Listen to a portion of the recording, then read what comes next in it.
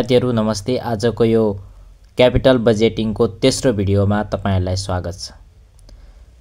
First भिडियोमा हामीहरुले capital budgeting के हो र के फिचरहरु छन् भनेर पढेका थियौं र दोस्रो पार्टमा चाहिँ हामीले व्हाट आर द तपाईको टाइप्स अफ प्रोजेक्ट भनेर पढेका थियौं। साथसाथै हामीहरुले अब त्यो प्रोजेक्टहरुको पनि एस्टिमेट गर्ने एउटा मेथड पढेका थियौं। त्यो थियो एनपीवी मेथड भनेर थियो।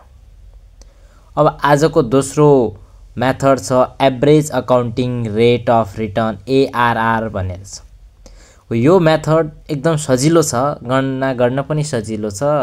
तर एउटा ल्याक पोइन्ट भनेको चाहिँ के हो भने ल्याकिङ पोइन्ट भन्दाले अब यसले चाहिँ टाइम भ्यालुको जो कन्सेप्ट छ त्यसलाई चाहिँ कन्सिडर नगर्ने हुनाले चाहिँ अलि यसमा त्रुटि छ जस्तो लाग्छ, कमजोरी छ जस्तो लाग्छ मलाई चाहिँ। नत्र भने यो सिम्पल इजी टु क्याल्कुलेट एकदम सजिलो मेथड हो, एकदम सजिलो छ। त्यसमा धेरै चिन्ता लिनु केही छैन जस्तो मलाई पनि लाग्छ। अब योले के गर्छ भन्दाखेरि खासमा अब क्याश फ्लो कति भयो, इनफ्लो कति भयो, आउटफ्लो कति भयो भनेर हेर्नु भन्दा पनि यसले चाहिँ एभरेज प्रॉफिट चाहिँ कति भयो भन्ने कुरा देखाउँछ र यसले चाहिँ एभरेज इन्भेस्टमेन्ट र एभरेज प्रॉफिट जो हुन्छ हो त्यसलाई चाहिँ के छ कम्पेयर गर्छ के। अब के छ भनेर यहाँ हेरौं, the ratio between average net income after tax and average investment हुन्छ के। अब यो रेशियो हो जसरी मैले यहाँ तपाईहरुलाई यहाँ देखाइदिएको छु। यहाँ हेर्नुस्, एआरआर भनेको के हो भनेपछि एभरेज एनुअल प्रॉफिट, अथवा मैले के भने एउटा फर्मुला बुझाऊ। अब एआरआर भनेको चाहिँ average investment by average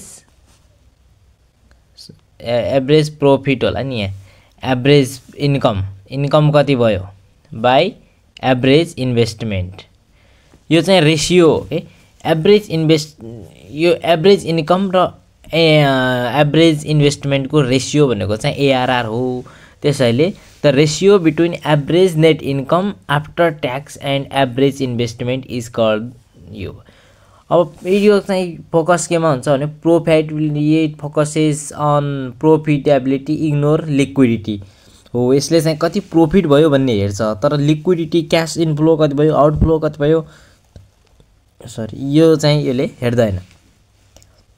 this criteria is based on profit after tax as shown by book of account but not to CFAT भनी जो हामीहरुले अगाडि नै भनिसकेका छौं। अब हाम्रो मेन पोइन्ट भनेको चाहिँ के हो भनेपछि क्याल्कुलेसन चाहिँ कसरी हुन्छ त, हाउ शुड वी क्याल्कुलेट। अब यो चाहिँ average net income by average investment भनेर भनेका छौं।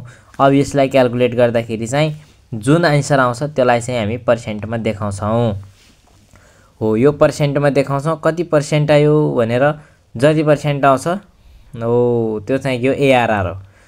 अब हामीले भन्यौ एभरेज नेट इन्कम भन्यौ, अब अर्को एभरेज इन्भेस्टमेन्ट भन्यौ, तर यो चाहिँ कसरी आउँछ भन्ने कुरा पनि आयो नि हो। अब समेसन अफ इएटी भनेको के हो भनेपछि अर्निङ आफ्टर ट्याक्स।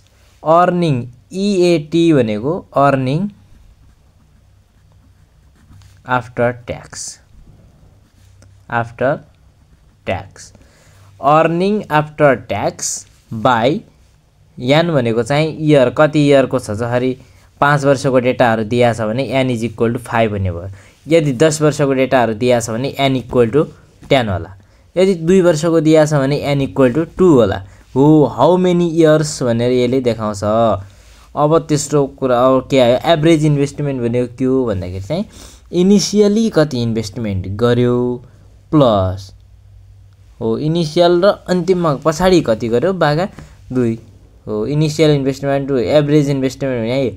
अब एनुअल सीएफएटी भनेको के हो, वार्षिक कति आयो त। क्याश सीएफएटी भनेको के हो भने क्याश फ्लो हो के, क्याश कति इनफ्लो भयो कति आउटफ्लो भयो भन्ने कुरा देखाउँछ। अब जसरी एउटा यहाँ हेरौँ, सेल्स दिया छ, सेल्स गर्दाखेरि चाहिँ के भयो प्लसमा हुन्छ, लेस अपरेटिङ एक्सपेन्सेसहरु के हुन्छ माइनसमा हुन्छ।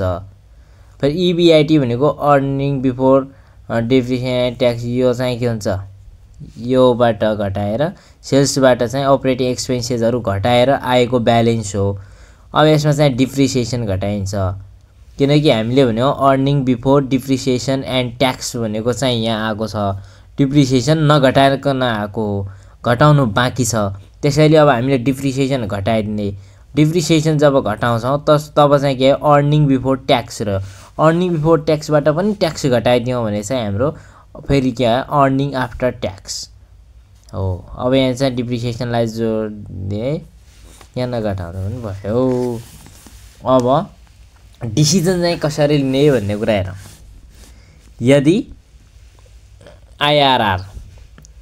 आइआरआर चाहिँ कस्ट अफ क्यापिटल भन्दा ठुलो छ भने त्यति बेला के गर्ने प्रोजेक्टहरुलाई एक्सेप्ट गर्ने।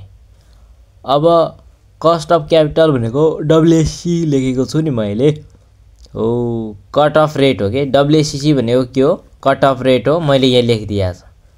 हर्डल रेट पनि भन्छ यसलाई, रिक्वायर्ड रेट अफ रिटर्न पनि भन्छ हो। रिक्वायर्ड रेट अफ रिटर्न सामान्य भाषामा भन्ने हो भने रिक्वायर्ड रेट अफ रिटर्न भन्दा यदि ARR बढी आयो, अब ARR बढी आउनु कसरी थाहा हुन्छ यहाँनिर पर्सेन्टमा आउँछ यो।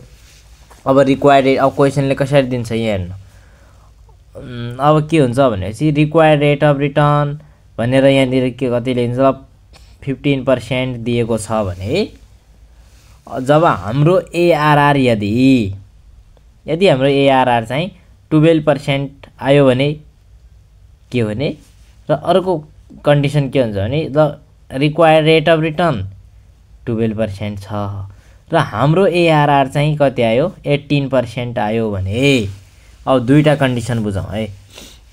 यदि ARR यो रिक्वायर्ड रेट अफ रिटर्न भन्दा बढी छ भने त्यति बेला के गर्ने प्रोजेक्टहरुलाई चाहिँ एक्सेप्ट गर्ने, र यदि ARR चाहिँ रिक्वायर्ड रेट अफ रिटर्न भन्दा कम छ भने त्यति बेला चाहिँ प्रोजेक्टहरुलाई रिजेक्ट गर्ने। त्यति बेला हामीले ती प्रोजेक्टहरुमा चाहिँ इन्भेस्ट गर्नु राम्रो मानिदैन, राम्रो छैन भन्ने कुरा देखाउँछ हो। त्यसैले चाहिँ ARR चाहिँ रिक्वायर्ड रेट अफ रिटर्न भन्दा बढी छ या कम छ भनेर चाहिँ हामीहरुले हेर्नुपर्छ। अब त्यो हेर्नको लागि हामीलाई ARR चाहिन्छ, त्यसैले हामीले ARR निकाल्नुपर्छ।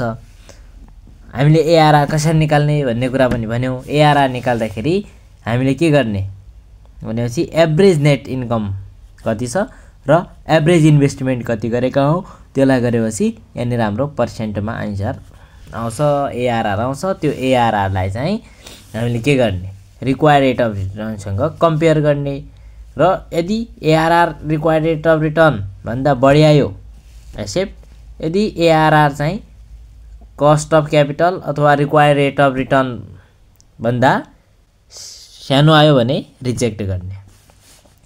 अब चाहिँ हाम्रो यो त भयो इन्डिपेन्डेन्ट प्रोजेक्ट छ भने। अब म्युचुअल एक्सक्लुसिभ प्रोजेक्टहरु छन् भने प्रोजेक्ट हायर ARR सेलेक्ट गर्ने कुरा त्यही त हो। ल अब आजलाई यति गरौँ कि यो कन्सेप्ट पनि सक्ने हो। आज discounted rate of return cash flow भन्ने छ।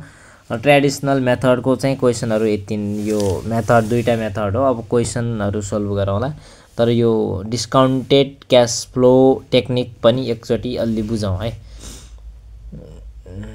ल दोस्रो भिडियोमा बुझे पनि हुन्छ। डिस्काउन्टेड क्याश फ्लो भन्दाखेरि चाहिँ अलिअलि कन्सेप्ट बुझौँ। डिस्काउन्टेड क्याश फ्लो टेक्निक चाहिँ के हो भनेपछि यो चाहिँ एउटा मोडर्न टेक्निक हो जसले चाहिँ के गर्छ भनेपछि द क्याश फ्लो जो हाम्रो टाइम भ्याल्यु अफ मनी भन्ने एउटा कन्सेप्ट छ त्यसलाई चाहिँ फलो गर्छ के यसले। जसरी हाम्रो ट्रेडिसनल मेथडले चाहिँ the time value of money भन्ने कन्सेप्टलाई चाहिँ फलो गर्दैन अथवा कन्सिडर गर्दैन थियो, तर यसले चाहिँ डिस्काउन्टेड क्याश फ्लो टेक्निकले चाहिँ के गर्छ भने भविष्यमा अब with the change in time के पैसाको पनि भ्याल्यु चेन्ज हुन्छ भन्ने कन्सेप्टलाई चाहिँ यसले फलो गर्छ। त्यसैले the technique which consider the time value of money concept मैले अगाडि भनिसक्यौँ। The this is technique project are evaluated after determining the present value of future cash flow. अब फ्युचरमा हुने क्यास फ्लोको पनि प्रेजेन्ट भ्याल्यु अहिलेको भ्याल्यु चाहिँ कति छ भनेर हामीले डिटरमाइन गर्नु आवश्यक हुन्छ। त्यसैले डिस्काउन्टेड पेब्याक पिरियड डिपिबिबी निकाल्नुपर्छ। त्यसमा चाहिँ जसरी पिरियड रिक्वायर्ड यो हामीहरू अर्को दिन पढ